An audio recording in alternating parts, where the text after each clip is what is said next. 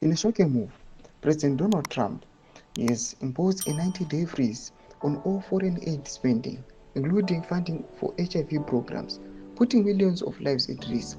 Sanapinda mashoko anobudanyirwa panapa tinokuti aiwa Trump omisa zvese mafunding ese anenge kumana neHIV panapa zvashamisa vanhu zvatinoona kuti malives evanhu vaidependa especially vekuno kusouthern Africa vaidependa on these aids ava at risk. Inoda subscribe or like out on the bell like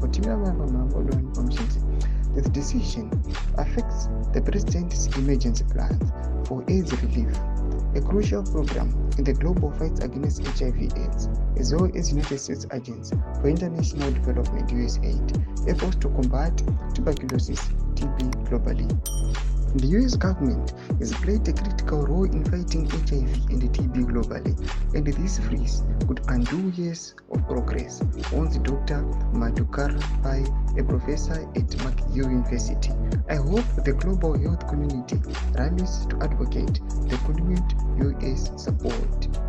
The consequences of funding out could be catastrophic, with the Foundation of AIDS Research warning of unnecessary suffering and increased transmission rates.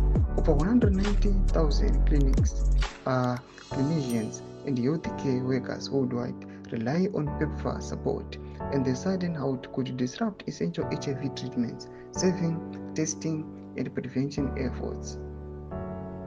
Mashoko atiri kuona kuti aiwa madoctors pamwe chete nevamwe vanhu voresponda vachiti aiwa this move yakaitwa aiwa naDonald Trump aiwa ichaaffecta even aiwa nesuccess yakaitiwa nevakomana veAmerica anoda kuti vakafighta tuberculosis pamwechete nethe spread of HIV worldwide.